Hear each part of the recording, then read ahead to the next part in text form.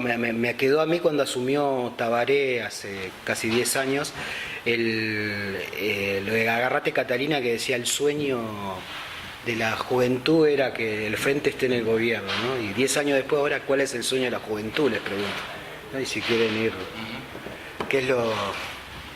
Sí, a ver, el famoso cuplé de la Catalina decía que era el sueño de los padres, ¿no? Claro. ¿no? Es decir, mis padres soñaron un país que no me pudieron dar a mí. Sí. Y ahora que el Frente gana, se abre la oportunidad de esa utopía que fue una construcción histórica de la izquierda, del pueblo uruguayo, de tratar de pelear por una sociedad un poco más justa.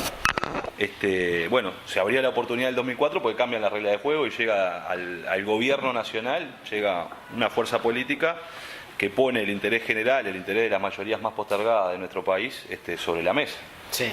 Entonces, en definitiva, me parece que ese fue un cambio bastante fuerte en nuestro país y que ha demostrado que ha tenido la capacidad del Frente Amplio de ir construyendo propuestas políticas y programáticas que le han situado al país en un lugar de privilegio, en el sentido de, primero, pensar el crecimiento económico con distribución. Y esto es algo que a nosotros en la década del 90 nos decían que era imposible. Sí. Salía la década del 90 nos decían que lo que teníamos que hacer era esperar que creciera, que la torta se agrandara, para después en algún momento iba a derramar algo hacia abajo, pero primero tenemos que garantizar que las ganancias crecieran mucho más del capital para en algún momento derramar un poquito hacia abajo. Y eso en realidad la izquierda uruguaya demostró que no. No solo la izquierda uruguaya, creo que el cambio en América Latina ha demostrado que es posible crecer económicamente y distribuir.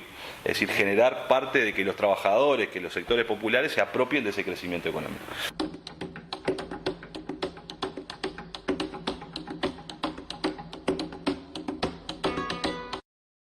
Yo creo que la izquierda en general tiene una mirada despreocupada por cómo recompone su organización.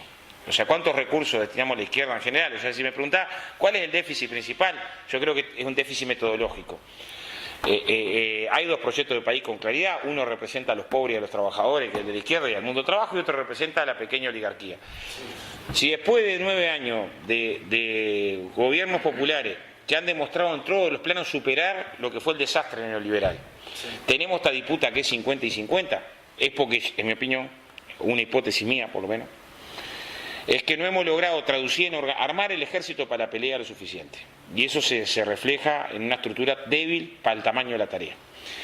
Los compatriotas que andan peregrinando por distintos lugares son un componente fundamental, porque capaz que eso que en abstracto decimos de la patria grande, los que más pueden comprenderlo y vivirlo son también los orientales que están por otro lado y que se sienten casi que como con una doble nacionalidad, porque también fueron acogidos con mucho amor por este pueblo y en realidad se sienten tan argentinos como orientales, ¿no? Así que eso creo que es un aporte fundamental para pensar en términos de proceso de integración.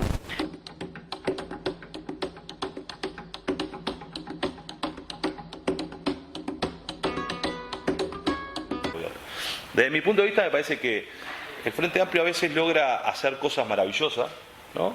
Y a veces, como me explicó una vuelta un compañero, lo más resistente en el mundo es el papel, ¿no? En realidad el material más resistente del mundo es el papel. En el papel todo funciona, ¿no? Entonces nosotros antes de llegar al gobierno dijimos, nosotros tenemos que establecer una correcta relación entre el gobierno, la fuerza política y las organizaciones sociales. ¿Por qué? Porque tienen roles diferentes.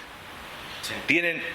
Tienen una estrategia común de acumulación, pero tienen roles y tácticas diferentes que los llevan a la necesidad de construir discursos y formas de trabajo político diferentes. El gobierno tiene que gestionar conforme a un programa, tiene sus limitaciones que la establece el marco de la correlación de fuerza de la sociedad.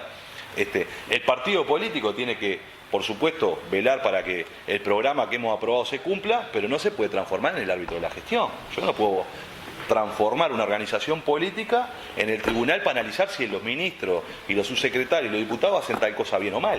Eso está bien, es una parte de la política. Pero la otra parte es la construcción del programa de mediano plazo que me permite a mí construir justamente propuestas que trasciendan el gobierno. Plasmar políticamente cuál es ese proyecto que estamos implementando. Que lo estamos implementando desde el gobierno. Lo estamos implementando y se traduce en inclusión social, en mayor igualación social, en ciertos procesos redistributivos, en ampliación de derechos, en democratización de la sociedad. Todo eso está pasando en el Uruguay como está pasando en otros países latinoamericanos. Ahora, eso no se traduce mecánicamente en la cabeza de la gente como un proyecto político que tiene que continuar y profundizarse para que eso pueda seguir siendo posible. Entonces, lo que sucede es algo que se lo he escuchado decir algunas veces a la presidenta Cristina Fernández acá, que es que los trabajadores muchas veces y los sectores populares y sobre todo los sectores medios o los nuevos sectores medios conciben que en realidad lo que tienen, lo que conquistaron es producto de su esfuerzo, de sus propios méritos, más que de un proyecto político que lo posibilitó. Y ahí tiene que estar el trabajo de pedagogía política, de discusión política, de politización nuestro. Decir, bueno, está bien, te rompiste el lomo laburando, hiciste lo tuyo, obvio que tenés tus méritos, pero estos resultados fueron posibles porque hay un proyecto político que los posibilitó, que los permitió. No hubieran sido posibles si no, porque antes te rompías el lomo laburando 14 horas y te iba muy mal, o no tenías laburo, ¿no? Y ahora eso es posible porque hay un proyecto de país. La estrategia para gobernar, en términos de todavía está en construcción. Está en construcción, tiene líneas gruesas, pero todavía está en construcción y me parece que hay que afinarla para que también reconstruyamos la perspectiva de la emancipación en el nuevo momento, que no será para pasado mañana, pero que es para la emancipación.